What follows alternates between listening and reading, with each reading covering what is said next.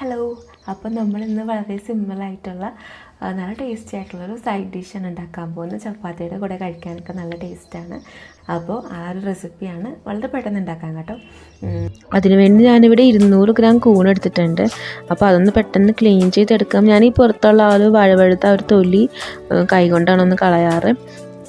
ആ ഒരു തൊലി കളഞ്ഞ് കഴിയുമ്പോഴേക്കും നമുക്ക് ഉള്ളിൽ നല്ല വൈറ്റ് കളറിൽ ക്ലീൻ ആയിട്ട് കിട്ടും. അതുപോലെ ആ ഒരു തണ്ടിൻ്റെ മഷ്റൂമിൻ്റെ തണ്ടിൻ്റെ ആ ഒരു അറ്റം മാത്രം ജസ്റ്റ് ഒന്ന് കട്ട് ചെയ്ത് കളയുന്നുണ്ട്. ചിലപ്പോൾ നമ്മൾ കറി വയ്ക്കുമ്പോൾ അത് കുറച്ചുകൂടി ഹാർഡായിട്ട് ഇരിക്കാൻ ചാൻസ് ഉണ്ട്. അതുകൊണ്ട് ആ ഒരു ഹാർഡായിട്ടുള്ളൊരു ഭാഗം മാത്രം അറ്റത്തുനിന്ന് ചെറുതായിട്ടൊന്ന് കട്ട് ചെയ്ത് കളയുന്നുണ്ട്. ഈ കൂൺ ക്ലീൻ ചെയ്ത് കഴിഞ്ഞിട്ട് നല്ലപോലെ ഒന്ന് വാഷ് ചെയ്ത് അതിനുശേഷം ഞാൻ മഞ്ഞൾപ്പൊടി ഉപ്പും കലർത്തിയ വെള്ളത്തിൽ ഒരു 5-6 മിനിറ്റ് നേരം ഒന്ന് ഇട്ട് വയ്ക്കാറുണ്ട്. അപ്പോൾ അതിലെന്തെങ്കിലും വിഷാംശമൊക്കെ ഉണ്ടെങ്കിൽ ഒന്ന് പോകാനായിട്ടാണ്. ആ സമയം കൊണ്ട് ഞാൻ 2 തക്കാളി നല്ല തിളച്ച വെള്ളത്തിലിട്ട് വെച്ചിട്ടുണ്ടായിരുന്നു. അപ്പോൾ അതിൻ്റെ തൊലി നമുക്കിതാ ഇതുപോലെ ഒന്ന് പീൽ ചെയ്തെടുക്കാൻ പറ്റും. അപ്പോൾ അതിനുശേഷം തൊലി കളഞ്ഞ ശേഷം ഞാൻ ആ 2 തക്കാളി ഒന്ന് മിക്സിയിലിട്ടിട്ട് അടിച്ച് നല്ലതായിട്ട് ഗ്രൈൻഡ് ചെയ്തെടുത്തിട്ടുണ്ട്. അതുപോലെ 1 കപ്പ് സവാളയും ഞാൻ അരിഞ്ഞ് വെച്ചിട്ടുണ്ട്.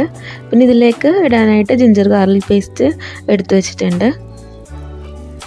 എന്നിട്ടൊരു പാൻ ചൂടാകുമ്പോൾ അതിലേക്ക് വെളിച്ചെണ്ണ ഒഴിച്ചിട്ട് നമുക്ക് കുറച്ച് കടുകിട്ട് പൊട്ടിച്ചെടുക്കാം. അതുപോലെ വറ്റൽമുളകും കറിവേപ്പിലയും ഇട്ട് കൊടുക്കാം.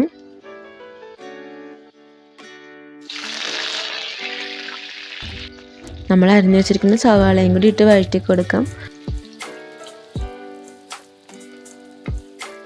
അപ്പോൾ കുറച്ച് ഉപ്പും കൂടി ഇടുന്നുണ്ട് പെട്ടെന്ന് സവാള വഴഞ്ഞിട്ട് കിട്ടാൻ വേണ്ടി.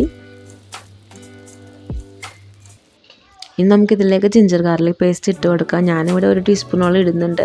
മഷ്റൂം ആയതുകൊണ്ട് കുറച്ച് നമ്മുടെ ദഹിക്കാനൊക്കെ കുറച്ച് ബുദ്ധിമുട്ടുണ്ടാകും. അപ്പോൾ നമ്മൾ ജിഞ്ചർ ഗാർലിക് പേസ്റ്റ് ഇടുന്നത് നല്ലതാണ് നമ്മുടെ ദഹനത്തിനൊക്കെ. ഇനി നമുക്കിതൊക്കെ നന്നായിട്ടൊന്ന് വഴറ്റിയെടുക്കാം. ഇനി നമുക്കിതിലേക്ക് പൊടികൾ ആഡ് ചെയ്ത് കൊടുക്കാം. ഒരു 1/4 ടീസ്പൂണോളം മഞ്ഞൾപ്പൊടി, ഒരു 1/2 ടേബിൾ സ്പൂൺ മല്ലിപ്പൊടി ഇട്ട് കൊടുക്കാം. പിന്നെ ഒരു 1/2 ടീസ്പൂൺ പെപ്പർ പൗഡർ ഇട്ട് കൊടുക്കുന്നുണ്ട്. അതുപോലെ 1 ടീസ്പൂൺ ഗരം മസാല ഇട്ട് കൊടുക്കുന്നുണ്ട്. നല്ലതായിട്ട് അതിൻ്റെ പച്ചമണമൊക്കെ മാറുന്നവരെ ഒന്ന് വഴറ്റിയെടുക്കാം.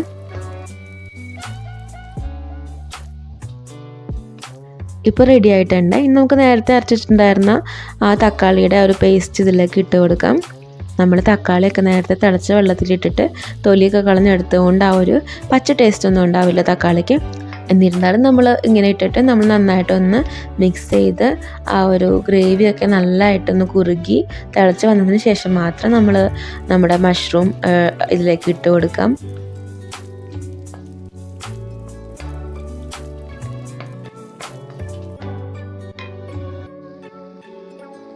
നമ്മൾ മഞ്ഞൾപ്പൊടി ഉപ്പും വെള്ളത്തിലിട്ട് വെച്ചിട്ടുണ്ടായിരുന്നില്ല. അപ്പോൾ അതിൽ നിന്ന് ഞാൻ കഴുകി വാരിയിട്ട് എടുത്തിട്ടുള്ളതാണിത്.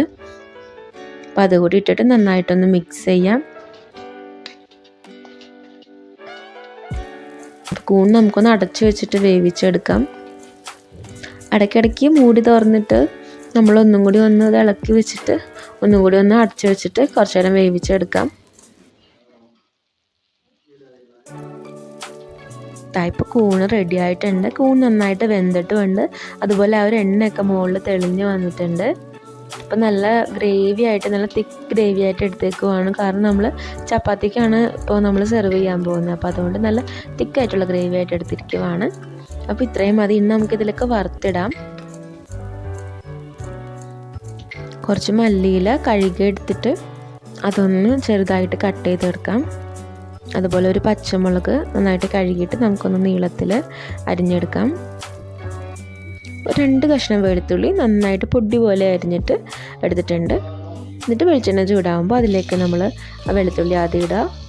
അതൊന്ന് മൊരിഞ്ഞ് വരുമ്പോഴേക്കും നമുക്ക് മല്ലിയിലയും ആ ഒരു പച്ചമുളകും കൂടി ഇട്ട് കൊടുക്കാം.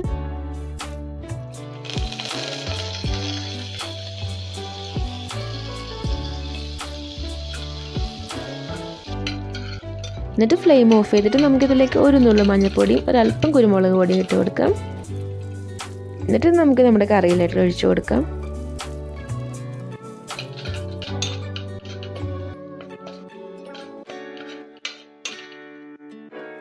5 മിനിറ്റ് അടച്ചു വെച്ചതിന് ശേഷം നമുക്കിത് സെർവ് ചെയ്യാവുന്നതാണ്.